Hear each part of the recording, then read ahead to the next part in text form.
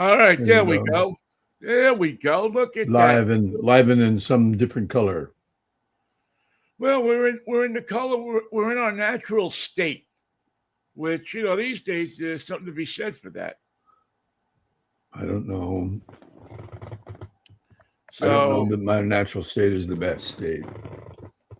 hey, it is what it is, right? I mean, you're in the state that you're in, I'm in the whether golden it's state. You're in evergreen state.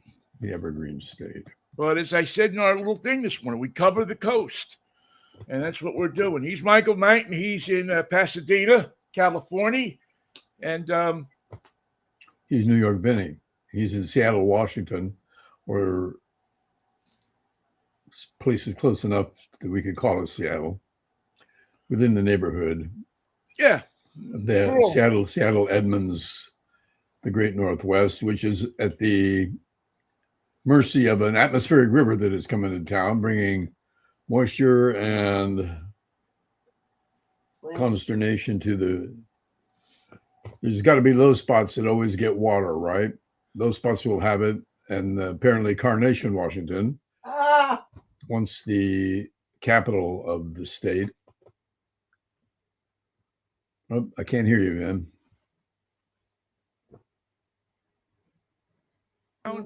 it was. There you go. What's that? What town did you just say? I said Carnation was once like Monterey was once the capital of California. Carnation, I believe, was once the capital of Washington. Oh, I don't know that that's true. But is it false? I don't know. There you go. People say that Carnation was. Many people say. Many people are saying. People tell me all the time that Carnation. I don't.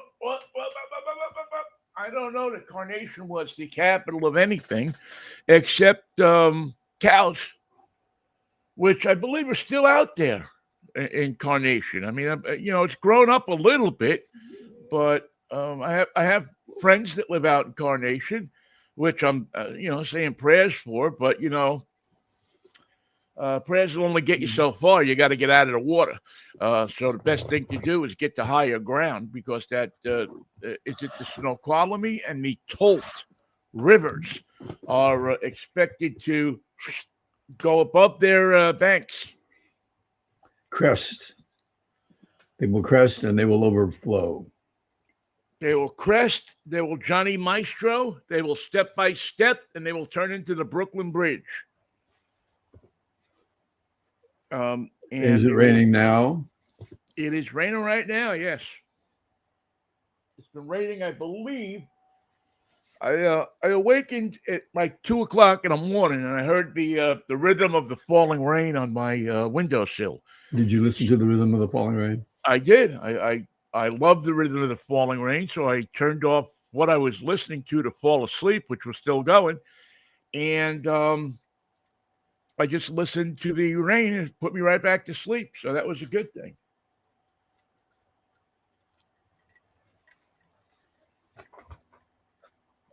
This has nothing to do with the state of Washington, but I have a new cap that my sister Diana brought to me from Roma. And it says Rome, and it says Italia. Where is it? On the other side. The other side. There there, right there. And what language does it say it in? Italian. Oh, okay. It says Italia. I got the flag here somewhere. All right. I think that's. Turn your head the other way. Well, look, now you're getting. You got competition for screen time. Kitty, that's Big Tomas. Yeah, well, Tomas is looking to take over the show. It looks like he has done that, and he and his brother are famous for taking over the show. If you're on the couch, he'll take over the show. If you're in your chair, like I am now, he'll take over the show. If you're in bed, you think you have the right to the spot you're sleeping in, he will move in next to you, or we call him the between cat because he takes the spot between Christian and myself in the old bed, and then he stretches out and begins to take more territory. with each And move. that's And if you roll over thinking that you can roll back later, he will fill the gap. yeah, they have an amazing way of spreading and taking up much more area than Then you their think they volume could. consists of. Just a little cat. How could he take up that much room? They expand. They have cells inside of them that just expand as they get space. Well, since this cat was a kitten, he has done nothing but expand, and he's at 27 pounds now. That's some expansion. That's some wide expansion. That's more mysterious than the frontage roads of Spolpakia. Of which they're struggling with. They have the atmospheric river over there, and they don't have the drainage systems that we have here. They tend to dig like a little ditch on the side of the road, and they put the water in there and hope that somebody will come along and take it. They're finding out that is not the best system. What comes to Spolpakia stays in Spolpakia. Nothing drains away. Well, and that's why the cost of water in Slovakia is so low. It is strange to think that you have to pay for water, whether it come out of your tap or out of a bottle or any. It's one of the main portions of life. Can't live if you don't have it. So what happens if you don't have the money to buy it? You die. I mean, it's one of the things that inquiring minds want to know. I mean, here you are. It's Monday morning. We're sitting all fat and happy here on the West Coast where there's plenty of water. But, Slovakia, they have to put that way. When that water comes down out of the sky, they got to keep it. And then they got to make sure that it doesn't get diseased or, somehow get some kind of bacteria floating around in it so that when they drink it, they don't grow a third arm or a third leg. They remain happy Spolpakians. Well, that's when Jerry Brown was putting stuff in the water in California. That's how everybody stayed happy. You notice since Jerry Brown wasn't the governor of California anymore, the whole place has gone to hell in a handbasket. I knew we were on our way somewhere. I didn't know it was hell in a handbasket. It's hell in a handbasket. Like my grandmother on my mother's side Grandma May used to always say that the world is going to hell in a handbasket. And I kind of wish, let's see, this would probably be her like 103rd, 145th anniversary or so. I wish she would have been around to see how far to hell this handbasket is going.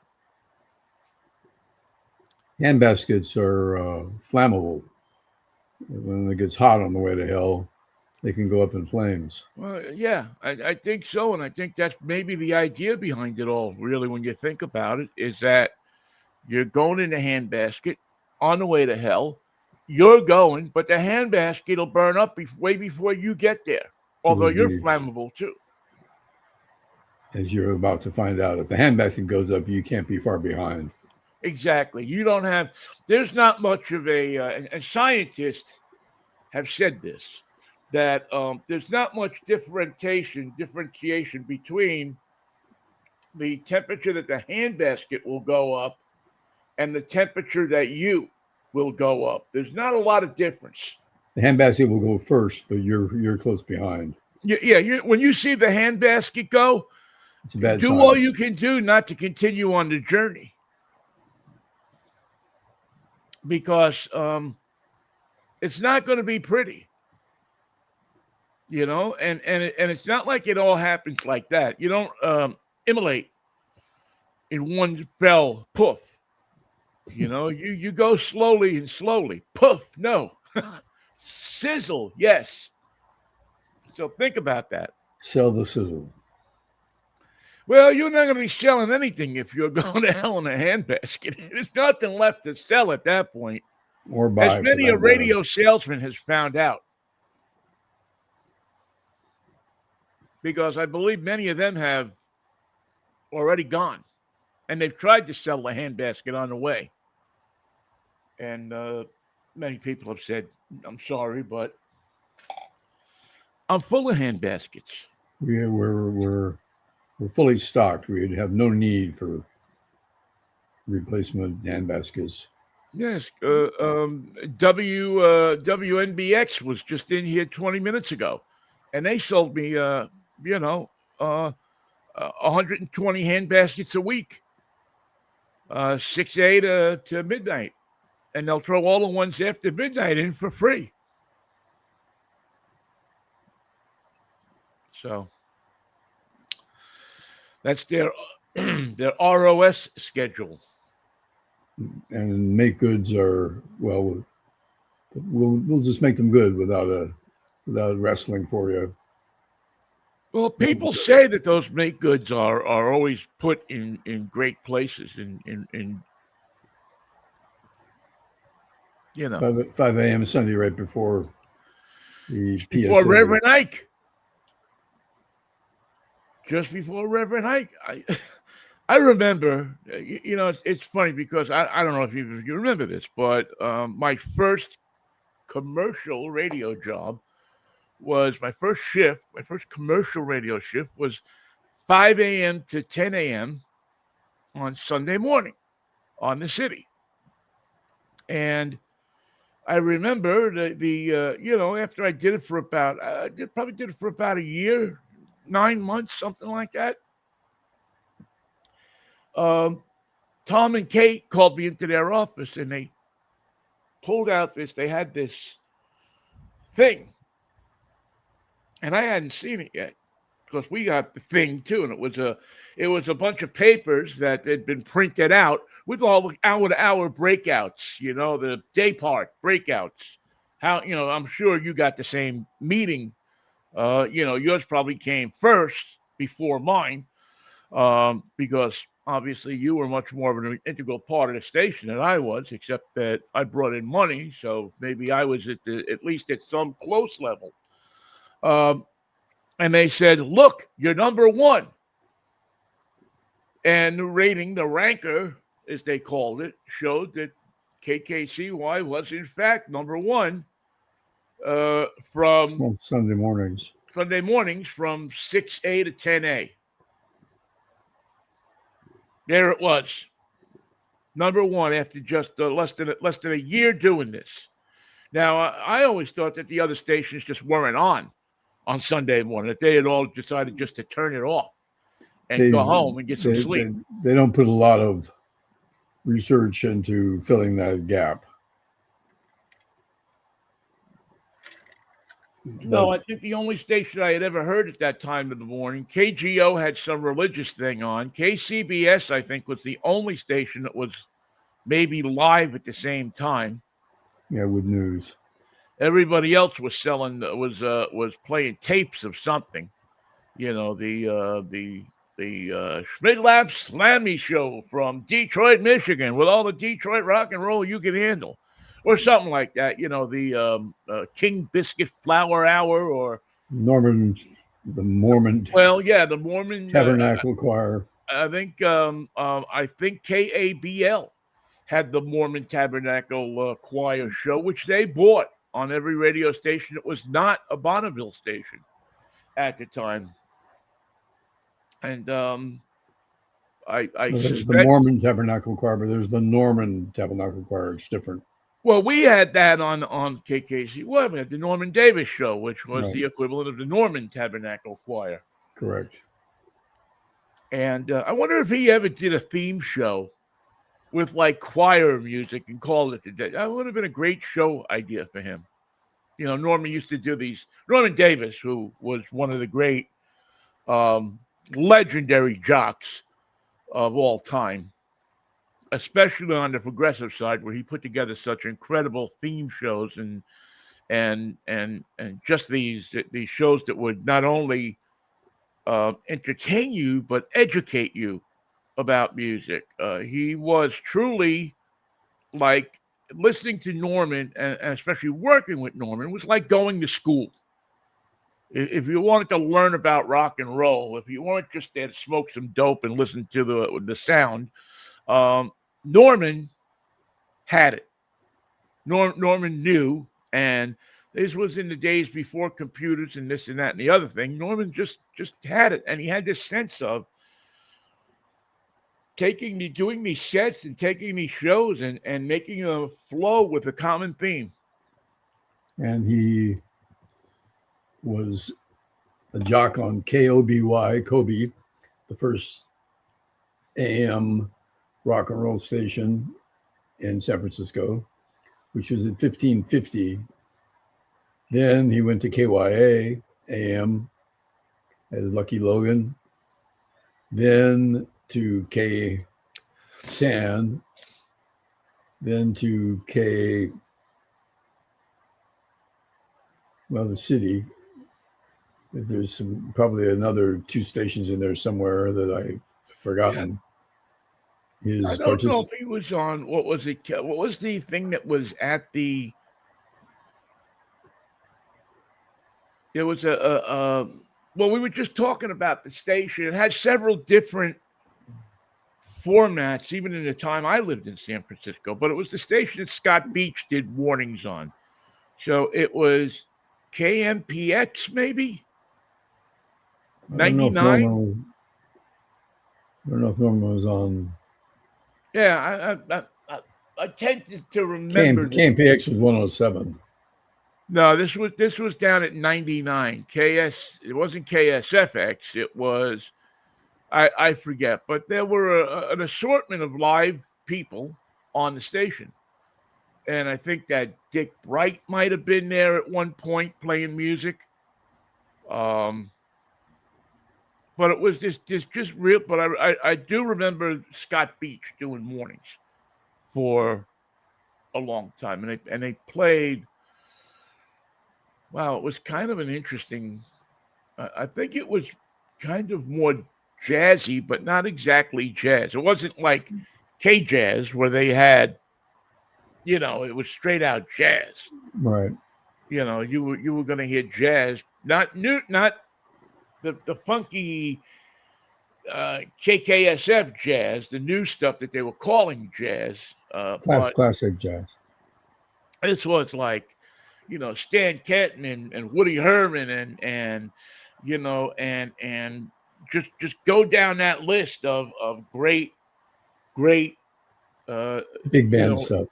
Jack Jive Schaefer, those people, with a decidedly San Franciscan tilt to it, because San Francisco was a hotbed of jazz, especially in the Fillmore and Oakland were some of the great places where people got together and played. Berkeley. So there was a whole, but yeah, the K-Jazz place was unreal. I mean, their record collection was, I got to wander through their record collection once. Extensive. I don't know whatever happened to it, but man, it was thousands of records, some probably never even taken out of the sleeves. It looks like they never gave away a record in the entire time that they were getting records from record companies. No giveaways. They were all in this room. And a guy named Bob Parlocha had the key. He was the music director. And if Bob let you into that room, you had achieved a certain status in his mind. Your job was to put together a good show. Yeah. And he knew, and that guy, to his credit, knew where every record in that room was. I mean, they used to do on Valentine's Day, K-Jazz used to do a full day of playing nothing but My Funny Valentine. And Bob had 10,000 versions. And he probably had 10,000 versions in that room of My Funny Valentine from, As a matter of fact, I remember he once told me that he had 100-something versions by people named Valentine of the song "My Funny Valentine." Wow. Off-label record, just all kinds of insane stuff. I doubt he's still alive, but if he is, that was a guy, man. That was a guy. How did we get on Norman Davis? Oh yeah, we were the Norman Tabernacle Choir. Yes, the Norman Tabernacle Choir.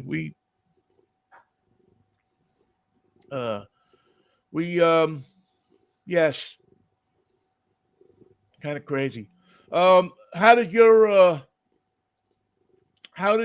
recital go this weekend? Excellent. This big show, they had 2 different casts. So she had a small part on Saturday, and then her major role was performed on Sunday in a matinee. And Kennedy Quinn did a fabulous job. She knocked him out, put on a professional show that we were all proud of, that she should be proud of. She worked hard, did well. Good. Audience loved her. We have video of all the highlights. My sister brought the hat so she could see the show. Good. The family had gathered in LA. Let's see, the grandmother came out from Rhode Island, Susan, to see her granddaughter perform. Wow. And to join the family for Christmas. And the Hollywood contingent came in. We were there. It was really heart-stopping. I was nervous for the whole thing, as if I was going to perform. Stage nervousness, pre-show nerves. And what did she sing? She sang "How Lucky You Are" from Seussical, the musical about the works of Dr. Seuss and Horton the elephant, who takes care of a gathering of tiny little humans that live on a ball of dust, and only he can hear them. And Dr. Seuss makes the most out of that story, as ridiculous as it sounds. And our granddaughter played the Amazing Maisie, and she had a song about herself called The Amazing Maisie, and a song called How Lucky You Are. If you don't know how lucky you are, it's a good theme.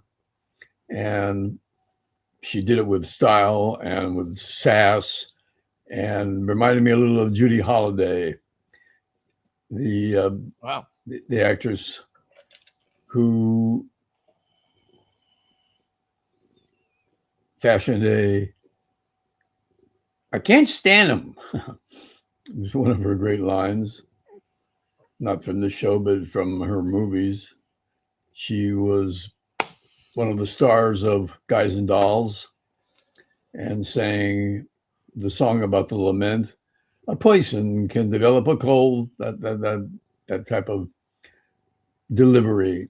And it came sort of naturally to Kennedy, who is 10 years old just, and really knocked it out of the park. Good singer, strong voice. Good. Well, I'm very happy that went well. I hope that she develops a passion for it. And oh God, you have no idea. Yeah. Well, no, I do, because I had the passion for it at that age, so I know exactly what the, I was in the Wizard of Oz. Oh, good. At the first year I was in it, I played a Munchkin. Hard to believe, but I had a black hat and Munchkin ears, antler. What do you call it? The antenna coming out. I don't know how they got to that for a costume for it, but that's what I wore. And and then 3 or 4 subsequent years, that we had school plays and things, I was always in something. Never the lead, always a character. Uh, character. Um, but it gave me. You know, School was a terrible time for me. Grammar school, especially, was a horrible time for me, and it gave me a way to escape Of course. a lot of the things that I went through as a young kid. Some of the really horrific things that the meanness um, that I not only got from from students, other students, but that I got from teachers, Um, nuns. You know, and to get into that was, it was a place where you could go and escape. There was there weren't many places you could escape as a kid in the '60s. no. You didn't have what you have today. You have you didn't your voice was never heard. You were told to shut up anytime you said something about what was affecting you, for the most part.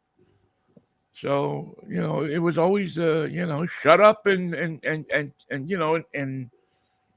in my family it was, if you don't like it, hit them with a shovel, or hit them with your fist, or knock them down. If you hit them, they won't bother you. And you couldn't do that to the teachers. So you had to develop other ways. And the ways I developed was to be the class clown, and have a comedic, and you develop a passion for it. You really do. Nobody used to poke the nuns. Nobody sat them down. Let's just say that there were a couple of incidences of kids losing control and popping a nun. Yeah, and that's when they went to public school. It was time to go to public school. I got through 4 years of that, before I hit my breaking point. But it's so far, it's 65 years, as 60 years in the past. So, But what it are you just going to shows do? you it was a different world then. Yeah, kids today don't realize what a different world it was when it comes to the voice that they have, and the protections that kids have today, and the way that kids are valued today, in a way that some people say goes overboard, I guess. There's always somebody who'll write a column about how kids get too much these days, but I don't know.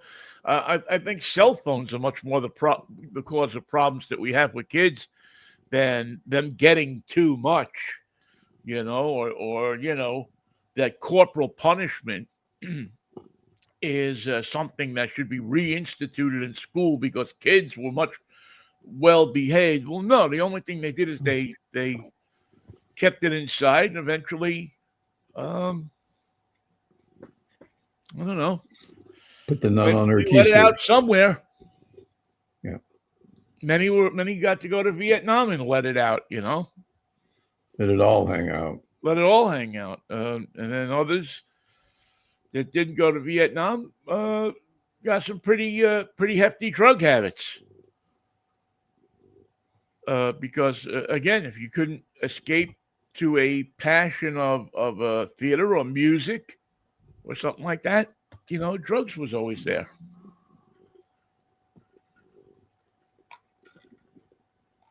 Grim choices. Did you watch football at all this weekend? Saw Ohio State and Indiana. That was a good game. Yeah, I didn't watch any college this week, and I just, as we were talking about last week, I've just lost it for the college game. Well, today's the day they're making the decisions for the playoffs, so it's going to be a factor again as Miami's in and Notre Dame is out. Well, yeah, and Notre Dame, of course, sent that beautifully worded letter that they posted on the internet saying that we screw you. We're not going to play your game. We're just going to go and wait until we get our way because we're Notre Dame. Well, you're going to have to win some more games to make that possible. Well, and at one time you would say, well, the kids got screwed. That happens sometimes. Yeah. But there were so many good teams this year. It was difficult to get them in the right order.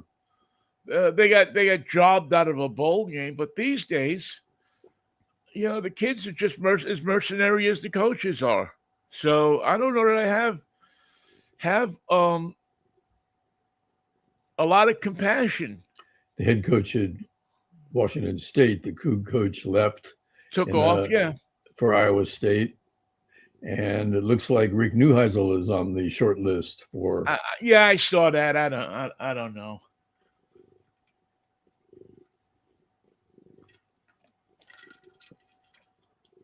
I mean, the unfortunate thing about Washington State is right now it's a one and done school. Let's say they hire Rick Neuheisel, so he goes out there and he wins 10 games.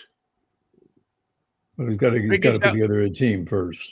Yeah, he puts together a team and he gets 10 games. He wins 10 games. He puts together a team. It's not hard to do these days. Well, ask Kansas City about that. Not a college team, but still. Well, but yeah, an example of how a team changes every year. Apples to oranges. It's hard to put together a team that will last 2 years. Right, but he doesn't have to put together a team that lasts 2 years. He's only got to win 10 games, and if he wins 10 games, you know what's going to happen. That some school that has much more money than Washington State is gonna hire him. So and they'll be looking. They better have somebody else. The only shot that I think the Cougars have in returning to some semblance of what it's supposed to be in college football, and I don't even know if that's possible, is to find somebody who went to school there, has a love of not just college football, but the school, the whole Pullman experience, and wants to see that thrive. And wants to try to bring that back. And there's one name that comes to the top of my mind right away, and that's Ryan Leaf. I don't know how good of a coach he would be, but he loves the school. And I think that you have to come up with somebody like that for that school to survive, for them to not get into a situation where they're going to there's another guy who has some coaching experience. I don't know what he's doing these days. Sean Deeds. You might remember him as one of Mike Price's assistants. Another guy, and I don't know what he's doing these days because I don't follow him as well, is Mike Levenseller. These are people that went to the school. They have a connection to the school. And they've either lived in Pullman or have a connection to the community. And those are the people that the kind of person I think you have to look for Washington State. Otherwise, you're just going to get one and done. I think Rick Neuheisel would just be, you're just giving him an opportunity to better his name So he gets a job. It's all about Rick Neuheisel. It's not about the school. So I don't know. And I don't know. There's just something skeevy about Rick Neuheisel. Okay. You know, I mean, it's just now his brother is it his brother or his son is coaching? His son at UCLA, offensive At coordinator. UCLA, yeah. I heard his name mentioned, not in that particular vacancy, but as a potential, which makes me feel really old, Michael. That Neuheisel's son is coaching somewhere. But no, I would stay away. You know, it's just me. I would stay away. The Seahawks had a wonderful time down in Atlanta. I'm convinced that the Seahawks are now playing with a type of play called take the first half off. Don't do anything in the first half. Don't cross the goal line. Just kick a field goal, match the other team's points, and come out in the second half and just rip the living crap out of the other team. And you'll be up by 60 points in the fourth quarter. And you're resting for that first half where other teams make the mistake of playing the full game, and it's exhausting. Yeah. Yeah. So, you come out in the second half and you're like ready for Freddie. You're like, you're ready to go. So I don't know if that's, it seems to be the strategy. It seems to be what they've done. I think now the last, is it 3 games? Certainly the last 2. Yes, you're right. So who knows? Who knows what Michael McDonald Mike McDonald has up his sleeve. But the defense is defending, the offense is offending, and the special teams is very special. And I don't know that you can get better than that. I mean, this looks like a team that's going to go to the Super Bowl. You could. The NFC is an interesting conglomeration of teams, but yeah, I mean, the 49ers are hurt. They're injured all over the place, and yet they're in the conversation. And the Kansas City Chiefs have fallen low, how the mighty have fallen. Well, every team does, don't they?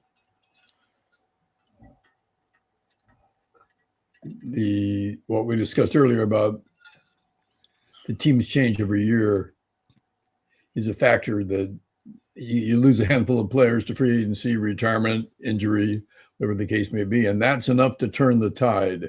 That's enough to make it impossible to win. And Kansas City has so much talent. It's another example of my oft referred to axiom. It takes a great deal of talent in the NFL to be a bad team. You have to amass an extraordinary level of talent to stink. Yeah. You can't stink with bad talent. No. Except the Jets. The Jets have disproven your theory. They just won't put together a good team no matter what. They try as they might. They can't get a good team together. When they get good players, they can't hold on to them because the place is such a freaking zoo. And I mean, it must be. It's like stop, get your check, and get out of there.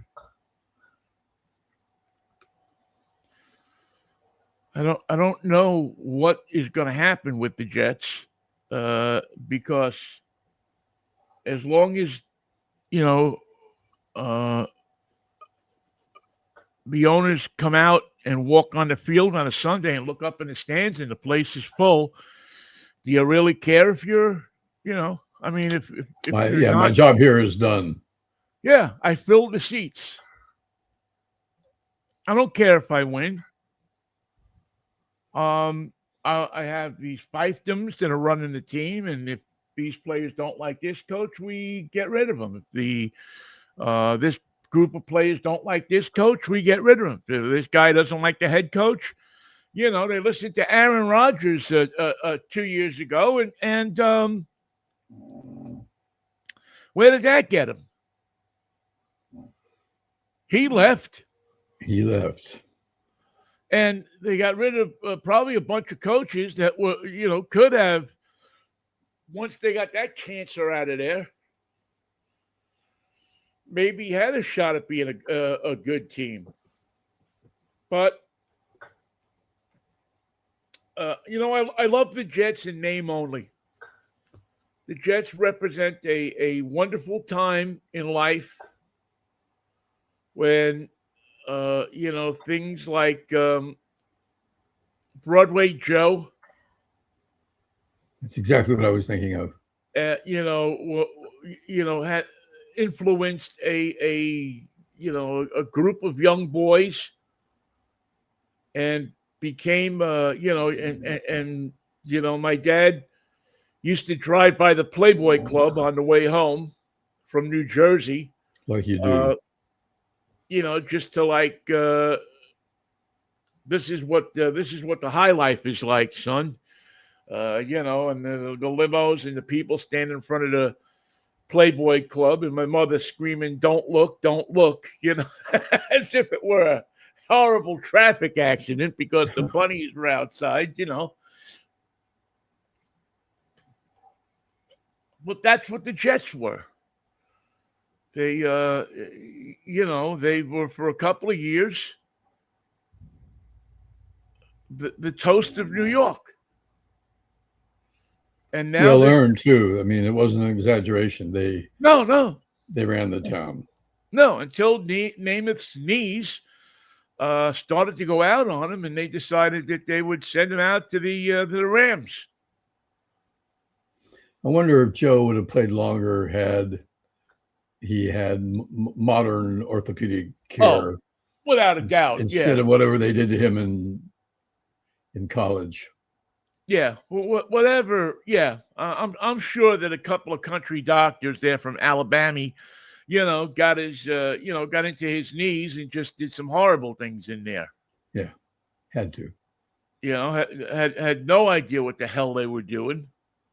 Now I might be totally wrong. It might be Dr. James Parks who operated on him. I don't know, but I doubt it. And by the time he had gotten to New York, his knees were done already. True. By the time he became a pro, he was done. Yeah, and as soon as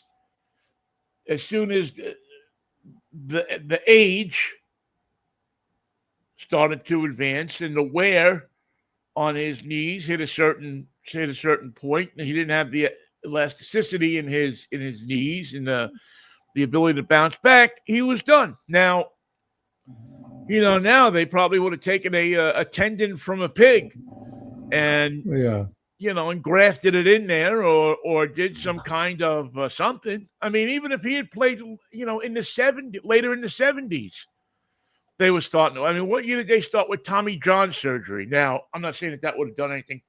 That type of surgery would have done anything for his knees, but that was the direction that the orthopedic world was going in.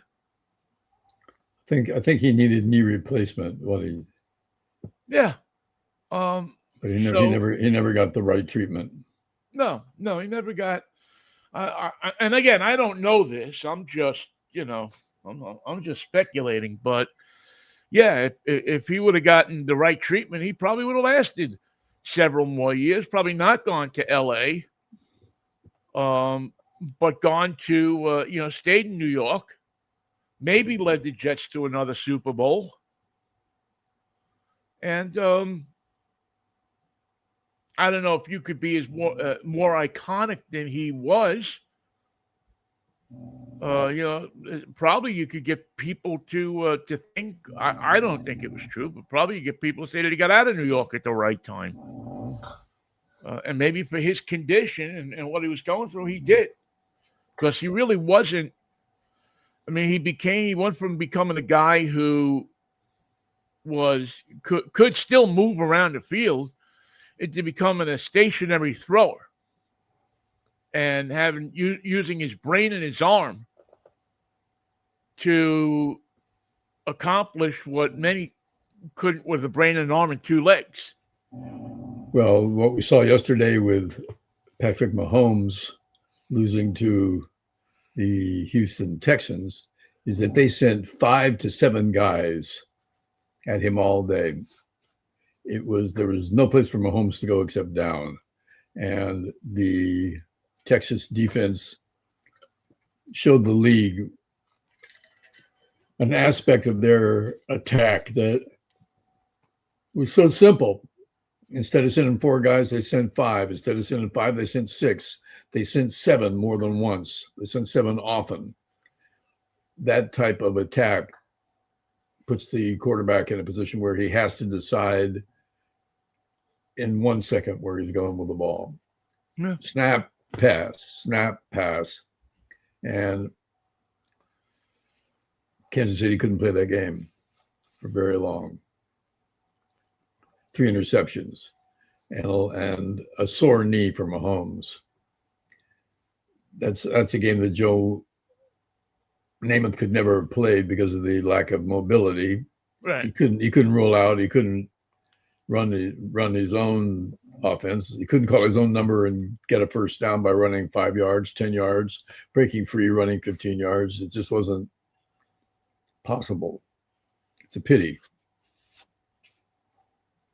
Well, the Seahawks yesterday, their defense is just is off the charts. I mean, they are just in your face. They just don't give you a lot. If you're a quarterback facing that team, they do not give you a lot of options. Hardly any options. They're all over the place. If you throw the ball, there's somebody there to intercept it. Or at least bat it out of the way. If they can't get to the ball to get both their hands up there to intercept the ball, they're certainly there. They're not the Legion of Boom. They're not a defense like that. They are a much more finessed, much more mobile defense. It's almost like they do a lot of things on the other end of the ball. You know, as the quarterback has thrown the ball, they seem to have a knack of figuring out routes and figuring out where wide receivers are going to go, figuring out where running backs are going to go, and not letting them either gain yards or complete passes. And if you're not at the top of your game against the Seahawks, they're going to beat you up. And that's what they did. But it all happens. You can't say enough for I mean, they did an interception on like the second play of the second half, and it took the wind out of the sails. They had gone from a team who went into the locker room, and the television announcers were saying, "Well, the Seahawks don't look like they have it this week." In 2 plays. Coming back out of the after they came back out of the locker room, looks like, they're going to maul these guys. So it was fun to watch. Go get your beer and your hot dogs and your popcorn in the first half. Go do what you got to do. Get out of the house. Go Christmas shopping. Go to Home Depot. Go to Walmart. Get what you're going to get. And then get in front of your TV for the second half. An exciting defensive team is always great to watch. And and they're also an exciting offensive team. Sam Darnold had been getting. They must have worked on this week because he'd been throwing balls that were getting tipped. Which is kind of weird because he's a big quarterback. Right. People were getting their hands in his line of passing. Yeah. And they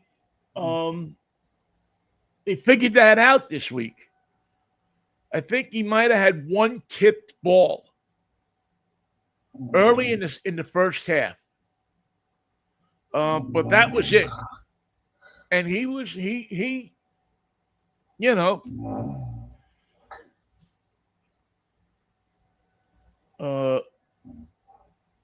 you know, he found those passing lanes. He found those passing lanes. He's got Jackson Smith Najigba, who is, a coming superstar in this league.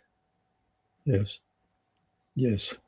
And so he's just got a lot of weapons, man. He's got a lot of guys that he's got a lot of options. He's got a lot of weapons.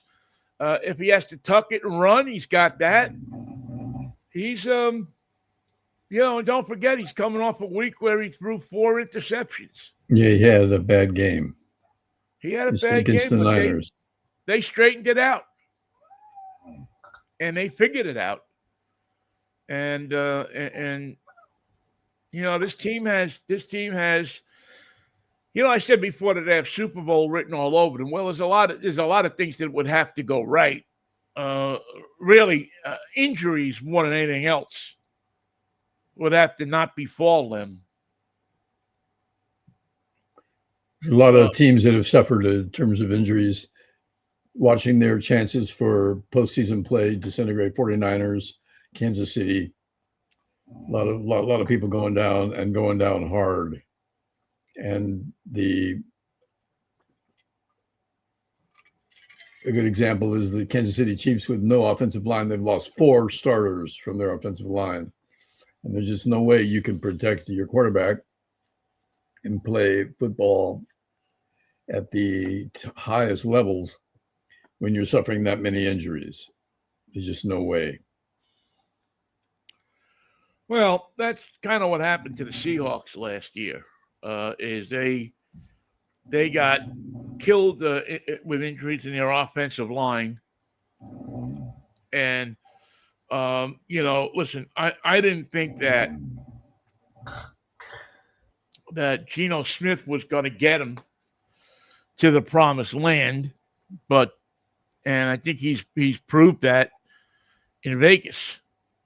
He got hurt yesterday. Yeah.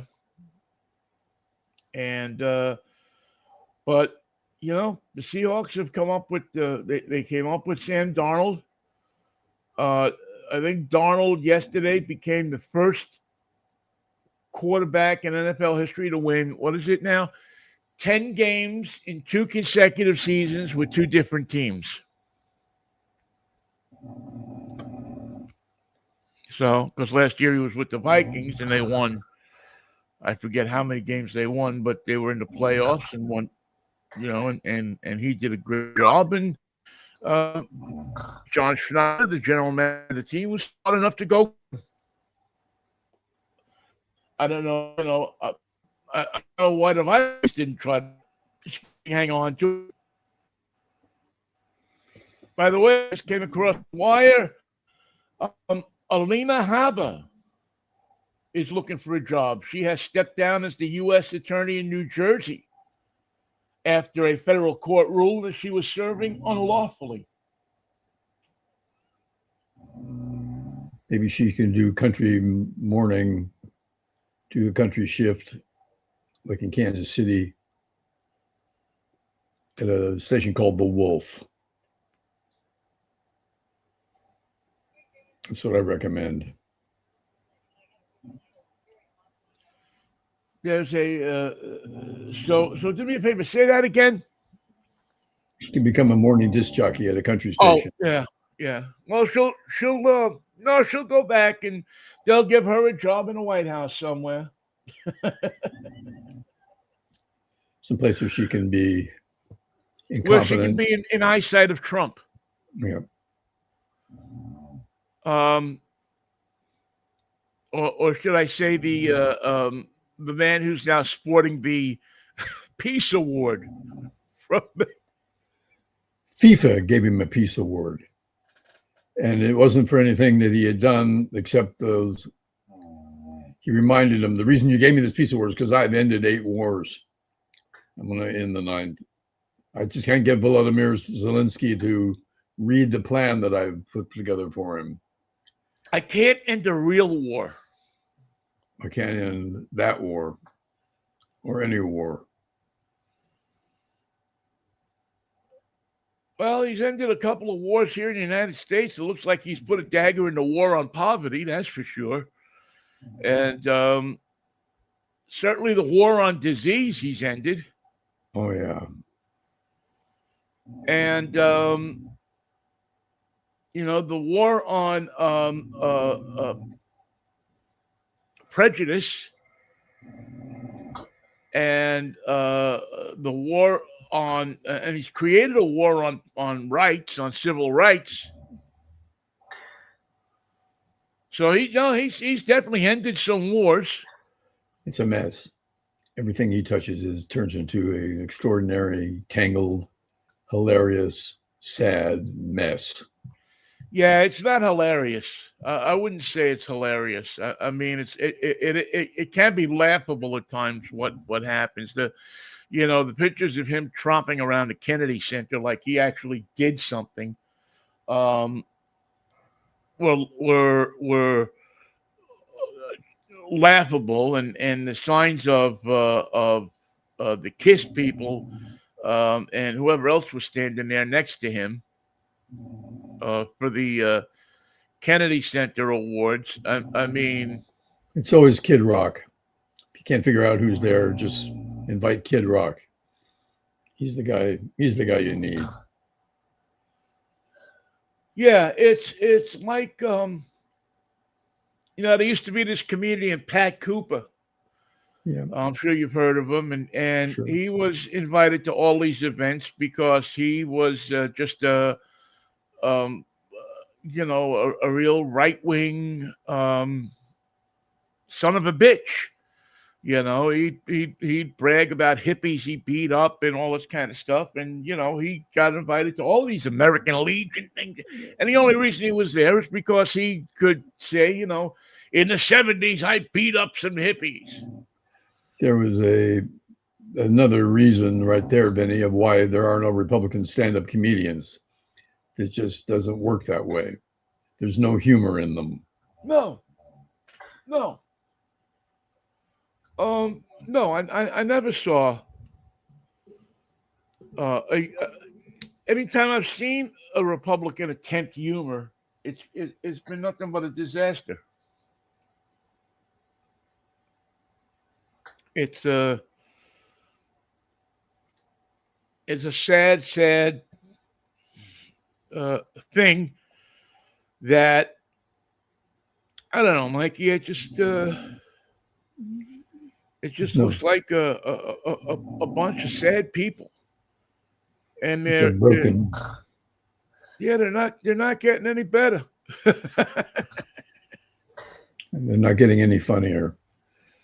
Well, Vin, what do you say we meet on a Wednesday? It might be a brighter day. Yeah, I think it will be a brighter day. I think that we will that we'll get together and we'll be in the middle of the week. I saw I saw an interesting triumvirate of people, actually a quad of people this weekend. I'll tell you this before you go, who told me to send their regards to you.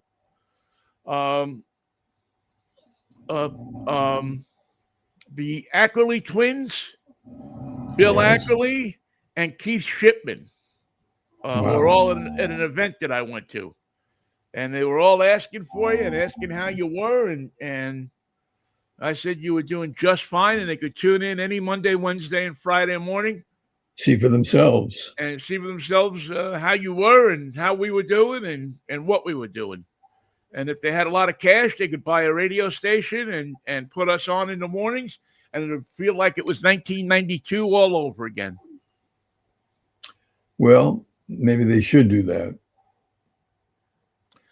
I don't know that the Ackerleys are. They're not in the buying mode. Yeah, I don't know. Well, I don't know what I mean, they're doing they're doing stuff. I know that they're involved in independent film production. So maybe it's time for the Mikey and Vinnie documentary company. I see. That's the kernel of a great idea, Vinny. Well, I usually have a colonel, a major, and a sergeant of a great idea every morning. So, all right. Wednesday, if the Lord's will and the creek don't rise, I will catch up with you and see you. And until then, peace, love, and Manischewitz, baby. It's quite a wine. Try it for yourself and see what I mean. Take care, Michael. There he goes. There's Michael, and here I go. And thank you all for listening to our little production this morning. We appreciate it. We'll see you on Wednesday. Bye-bye. Bye-bye.